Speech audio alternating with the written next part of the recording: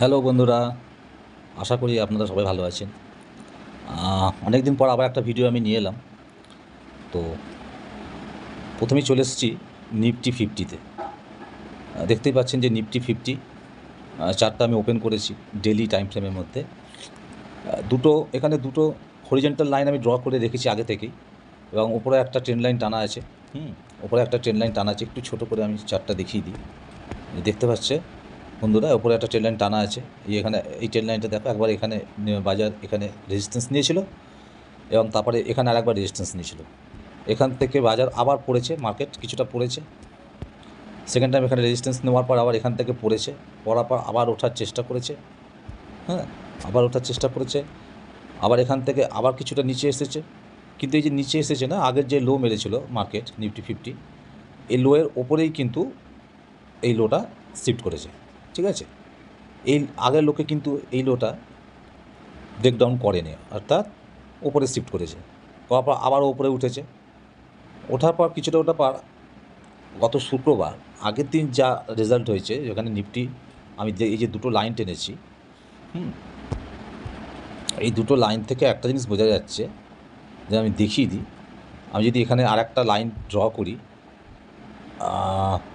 আর একটা trend line আমি টানছি, আর একটা ট্রেন্ড লাইন আমি টানছি এখান থেকে।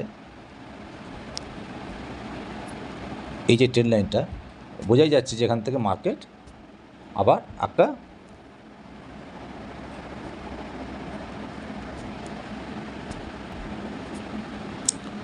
তো দেখছো বন্ধুরা, আমি এখানে একটা ট্রেন্ড লাইন, ওপরে আর একটা ট্রেন্ড লাইন টেনেছি। এই ট্রেন্ড লাইনটাকে কিন্তু নিফটি বারবার রেজিস্ট্যান্স নিচ্ছে। ঠিক আছে, এই যে এই যে ক্যান্ডেলটা, আগের দিনে যে ক্যান্ডেলটা, এই ক্যান্ডেলটা মোটামুটি 4ই সেপ্টেম্বর 4 তারিখের এই ক্যান্ডেলটা এর ওপরে যাওয়ার চেষ্টা করেছিল, কিন্তু ওপরেই ওপেন হয়ে এখান থেকে নিচে এসছে। আগের দিন মানে 5ই সেপ্টেম্বর লাস্ট ফ্রাইডে এইখানে এত অবধি এই এই এই 24,614 পর্যন্ত লো মেরেছিল, মারার পর আবার কিছুটা ওপরে গিয়েও কী করেছে না, ক্লোজ করেছে। এবার একটা জিনিস বলি বন্ধুরা, বাজার সম্বন্ধে আমার এই মুহূর্তে যতটা ধারণা যেটা হতে পারে, সেটা হচ্ছে নিফটি এই মুহূর্তে হয়তো আবার এই যে ওপরের যে আমি হরিজেন্টাল লাইনটা টেনেছি গ্রিন কালারে, এই হরিজেন্টাল লাইন অথবা এই যে ওপরের যে ট্রেন্ড লাইনটা, এই ট্রেন্ড লাইন পর্যন্ত এসে আবার রেজিস্ট্যান্স নিতে পারে। আর যদি এই ট্রেন্ড লাইনকে ও ব্রেকআউট দেয়, তাহলে এর ওপরে গিয়ে ওকে সাস্টেন করতে হবে। যদি বাজার ওপরে এসে সাস্টেন করে, ট্রেন্ড লাইনের ওপরে যদি সাস্টেন করে, তাহলে কিন্তু এই যে ওপরের আমি ট্রেন্ড লাইনটা টেনেছি, এই পর্যন্ত নিফটি ফিফটি একটা ভালো মুভমেন্ট দিতে পারে, অর্থাৎ 25,500 পর্যন্ত একটা মুভমেন্ট দিতে পারে। ঠিক আছে, একটা বড় মুভমেন্ট আসতে পারে মার্কেটে আপাতত, যেটা আমার মনে হচ্ছে। যদি কখন না, যদি এই 24,980 এই যে এর ওপরে, এই ট্রেন্ড লাইনের ওপরে কিছু সাস্টেন করে কিছু সময় ধরে, তাহলে এই মুহূর্তে আমার যেটা মনে হচ্ছে, আগামী সোমবার মার্কেট খুলছে আবার। ঠিক আছে, 8 তারিখ পড়ছে, 8ই সেপ্টেম্বর। এই যে দুটো লাইন আমি টেনেছি না, হরিজেন্টাল লাইন গ্রিন কালারে, এ খুব ভাইটাল লাইন। এই লাইন দুটো খুব ভাইটাল লাইন। দেখো বন্ধুরা, একটা জিনিস দেখিয়ে দিই। বাজার আপাতত এই 24,764 নিচে ক্লোজ করেছে, দেখেছো? 24,729 ক্লোজিং করেছে, অর্থাৎ আমার যে লেভেলটা আছে 24,764, এই লেভেলের নিচে কিন্তু আগের দিন ক্লোজ করেছে। যদি মার্কেট বাজার এই নিফটি ফিফটি যদি আগামী 8 তারিখ মানে সোমবার দিন যদি এই এই এই এই যে 24,764 লেভেলের ওপরে বেশ কিছুটা সময় যদি কনসলিডেশন করতে থাকে বা সাস্টেন করে যায়, তাহলে কিন্তু 24,980 এই যে লেভেলটা, এই লেভেলটা পর্যন্ত আবার আসতে পারে, অর্থাৎ এই যে উপরের ট্রেন্ড লাইনটা, এই ট্রেন্ড লাইনটা পর্যন্ত আবার আসতে পারে। এখান থেকে আবার ওর রেজিস্ট্যান্স নিয়ে হয়তো আবার নিচে আসতে পারে, সেটা পরের কথা। কিন্তু যদি আগামী দিন সোমবার যে দেখা যায় 24,764 ওপরে বেশ কিছুক্ষণও সাস্টেন করে গেছে, ওপেন যেখানেই করুক কোনো অসুবিধা নেই, নিচেও করতে পারে, করে ব্রেকআউট দেবে, বা এই এই এই 24,764 লেভেলে ওপরেই ওপেন হয়ে যদি বেশ কিছু সময় ধরেও এখানে সাস্টেন করে যায়, তাহলে একটা ভালো ধরনের মুভমেন্ট নিফটি থেকে, বাজার থেকে আশা করা যেতে পারে। তো যাই হোক, এটা বাজার সম্বন্ধে আমার যতটুকু ধারণা একটু আমি বললাম, জাস্ট প্রবাবিলিটি, আর কিছু না, এটা কোনো প্রেডিকশন নয়। তো সম্ভাবনার কথা আমি বলছি। এবার চলো যাওয়া যাক যে স্টকটাতে আমি ইন্টারেস্ট নিচ্ছি, যে স্টকটাকে দেখে আমার মনে হচ্ছে যে এই স্টকটা আগামী দিনে ভালো মুভমেন্ট দিতে পারে। তো সেই স্টকটা নিয়ে আজকে একটু অ্যানালাইসিস করি। নিফটি তো অ্যানালাইসিস করলাম, ছোট্ট করে একটু অ্যানালাইসিস করলাম আমি আমার এক্সপিরিয়েন্স থেকে। তো চলো যাওয়া যাক। নেক্সট স্টকের দিকে। চলো এসে গেছি বন্ধুরা। আর আজকে যে স্টকটা নিয়ে একটু অ্যানালিসিস আমরা করব সেটা হচ্ছে টাটা কনজিউমার। ঠিক আছে, এই যে দেখতে পাচ্ছ টাটা কনজিউমার স্টকটা এনএসির। তো এটা হচ্ছে আমার টি বা কফি কোম্পানি, মানে এরা বানায়, মানে প্রোডাক্ট করে, এবং এটা লার্জ ক্যাপ মানে লার্জ ক্যাপের স্টক। ঠিক আছে, তো চলো চার্টে যাওয়া যাক বন্ধুরা। চার্টটা আমি খুলেছি, ডেলি টাইম ফ্রেমেই আমি খুলেছি। এবার জাস্ট একটা ছোট্ট করে একটা জিনিস তোমাদের দেখিয়ে দিই। দেখো স্টকটা এই যে মে মাসে, দেখো এপ্রিল 30 এপ্রিলে 2025 দেখো এইখানে একটা হাই মেরেছিল, তারপর আবার নিচে চলে আসে, এখান থেকে আবার উপরে গিয়ে আবার একটা হাই মেরেছিল। আমি এই দুটো হাই পয়েন্টকে এক করে একটা ট্রেন্ড লাইন টেনেছিলাম। ঠিক আছে, এই ট্রেন্ড লাইনটা টানার পর দেখো কী হয়েছে, এরপর সেকেন্ড বা রিজেকশন নিয়ে আবার নিচে চলে এসছে, এখান থেকেও আবার ওঠার চেষ্টা করেছে, কিছুটা গেছে, গিয়ে আবার এই ট্রেন্ড লাইনের আশপাশ গেছে, কাজ করেনি কিন্তু আশপাশ গিয়ে আবার আস্তে আস্তে আস্তে নিচে চলে এসছে, এখান থেকেও আবার ওঠার চেষ্টা করেছে, দেখো আস্তে আস্তে আবার এখানে লো মেরেছে, এখান থেকে আবার ওঠার চেষ্টা করেছে, করে আবার এখানে এসে সাপোর্ট নিয়েছে, ও আবার ওঠার চেষ্টা করেছে, দেখো ট্রেন্ড লাইনে এসছে। এই ট্রেন্ড লাইনকে ও ফোর্থ টাইম কিন্তু টেস্ট করলো, বা রেজিস্ট্যান্স নিয়ে ও আবার নিচে এসছে। এসে এবার কী করলো, নিচে কোথায় দেখো বারবার সাপোর্ট নিচ্ছে, দেখো এই যে আমি একটা ট্রেন্ড লাইন টেনেছি, দেখেছো এখানে বারবার এই ট্রেন্ড লাইনটাকে ও সাপোর্ট নিচ্ছে, এর নিচে কিন্তু আসছে না। ঠিক আছে, এর নিচে কিন্তু আসছে না। আর আমি এখানে দুটো ভাইটাল টেনেছি, দেখো লাইন ড্র করেছি, হরিজেন্টাল লাইন। একটা হচ্ছে 1057 টাকা 55 পয়সা, আর একটা লেভেল হচ্ছে 1072 টাকা 30 পয়সা। অর্থাৎ এই স্টকটা এখন এই যে লাস্ট সাপোর্ট নিয়ে, আগের দিন ফ্রাইডেতে সাপোর্ট নিয়ে কী করলো, ও 1072 টাকা 40 পয়সাতে এসে ক্লোজ করেছে। আর আমি তার ঠিক একটু নিচে 1072 টাকা মাত্র 30 পয়সাতে এসে একটা আমি লাইন ড্র করছি, 10 পয়সার ডিফারেন্স।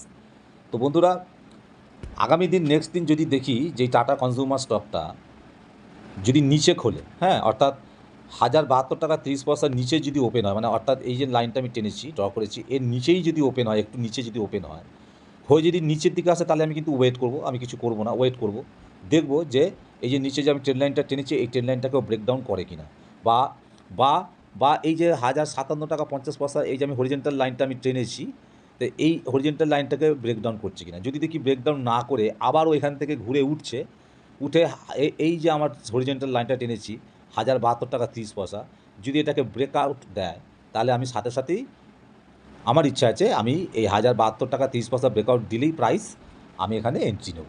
অর্থাৎ আমার ইচ্ছা আছে, আমি এটা করব, ঠিক করেছি, আমার সেরকমই ইচ্ছা। এবং এবং মোটামুটি ধরো আমি যদি এখানে এন্ট্রি নিই 1072 টাকা 30 পয়সা বা 1072 টাকা যদি আমার এন্ট্রি হয়, তাহলে আমার স্টপ লস কোনটা হচ্ছে, আমি এই যে নিচে যে লাইনটা ড্র করেছি এই যে 1057 টাকা 50 পয়সা, এটাই হবে আমার এসএল। অর্থাৎ এই যে লোটা লাস্ট মেরেছিল না, এই যে লাস্ট লোটা মেরেছিল 29 আগস্ট 2025, এই লোটা হচ্ছে আমার এসএল পয়েন্ট।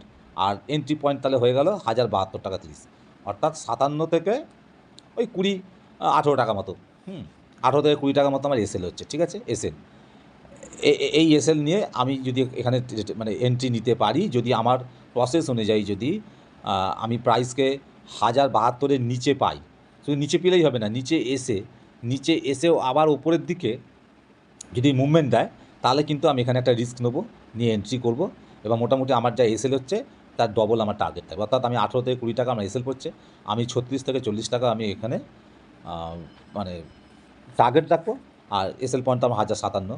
ঠিক আছে, তো দেখো বন্ধুরা, আমি এই যে 1112 টাকা 20 পয়সা এই যে দেখাচ্ছে, এই যে আমি লেভেলটা টেনেছি, হ্যাঁ, এই লেভেলটা টেনেছি, এটা পর্যন্ত আমি টার্গেট রাখবো। অর্থাৎ 20 টাকা যদি আমার এসএল হয়, 20 টাকা যদি আমার এসএল হয়, তা 40 টাকা আমার টার্গেট থাকবে। 40 টাকা মানে ডবল টার্গেট, 1:2 হলে তাহলে 1112 টাকা মতো হয়। ঠিক আছে, 10-12 টাকা হয়। তো মোটামুটি 1110 থেকে 12-র মধ্যে আমি আমার টার্গেট রইল। আর এন্ট্রি তো বলেই দিলাম যে 1072 যদি ব্রেকআউট দেয় তাহলে আমি এন্ট্রি করবো, আর আমার এসএল থাকবে 1057 টাকা। তো এবার লক্ষ্য করার বিষয় হচ্ছে বন্ধুরা, আমার টাইম, আমি স্টকটা কতদিন ধরে হোল্ড করব। হোল্ড করার অর্থ হচ্ছে আমি 1 মাস ধরে হোল্ড করব, এবং এই 1 মাসের মধ্যে যেদিনকে আমি এন্ট্রি নেবো, বা আমাকে স্টক এন্ট্রি দেওয়ার সুযোগ দেবে, এই 1 মাসের সময়ের মধ্যে যদি স্টক কোনো কারণে 1057 এসএলকে হিট করে দেয়, তাহলে আমি লস বুক করে বেরিয়ে যাব। আর যেদিনকে আমাকে আমার এই টার্গেট 1112 টাকা টার্গেট, 10 থেকে 12 টাকা টার্গেট, টার্গেটকে হিট করবে, আমি প্রফিট বুক করে বেরিয়ে যাবো। অর্থাৎ টাইম আমার 1 মাস থাকবে, রুলসকে আমি ফলো করব। 1 মাসের মধ্যে দেখা গেল না আমার যে দেখা যায় যে আমার কোনো আমার এসএলকেও হিট করেনি এবং আমার টার্গেটকেও হিট করেনি, মাঝামাঝিতে কোথাও রয়েছে। অর্থাৎ আমার লস না থাকলেও সামান্য প্রফিট আছে, আবার প্রফিট না থাকলেও দেখা গেলো সামান্য হয়তো লস আছে, ঠিক আছে? এরকম যদি দেখি 1 মাস যদি উত্তীর্ণ হয়ে যায়, তাহলে আমি কিন্তু যে পজিশানেই থাকুক না কেন প্রাইস, আমি কিন্তু স্টকটা থেকে অর্থাৎ ট্রেড থেকে এক্সিট করে যাবো, ট্রেডটা থেকে আমি বেরিয়ে যাবো। এটাই হচ্ছে আমার রুলস। 1 মাসের বেশি আমি আর হোল্ড করব না। তো মোটামুটি আমি কী করব তোমাদের বলে রাখলাম বন্ধুরা। তো এটা শিক্ষার জন্য, জাস্ট এডুকেশনাল পারপাসে আমি করছি, আমি এটা ফলো করছি, এইভাবে করছি।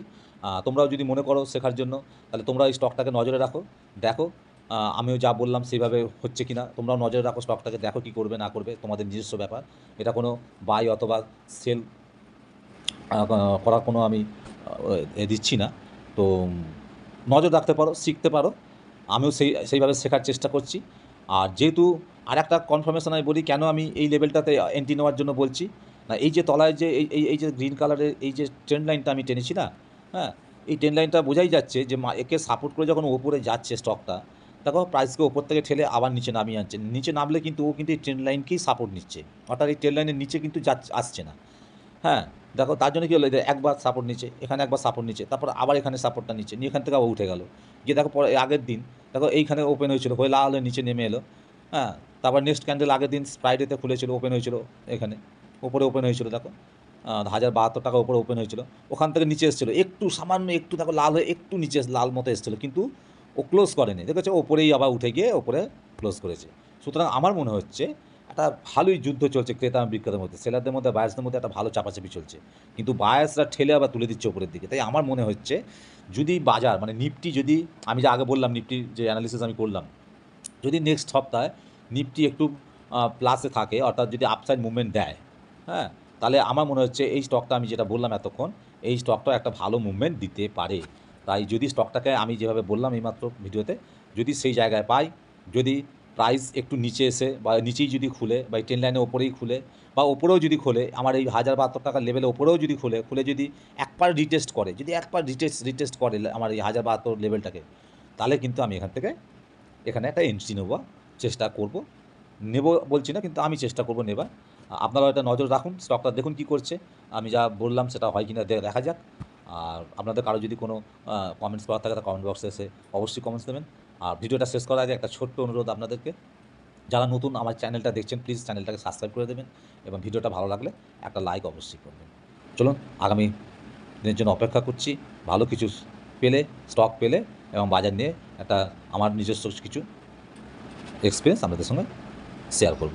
ওকে, থ্যাংক ইউ।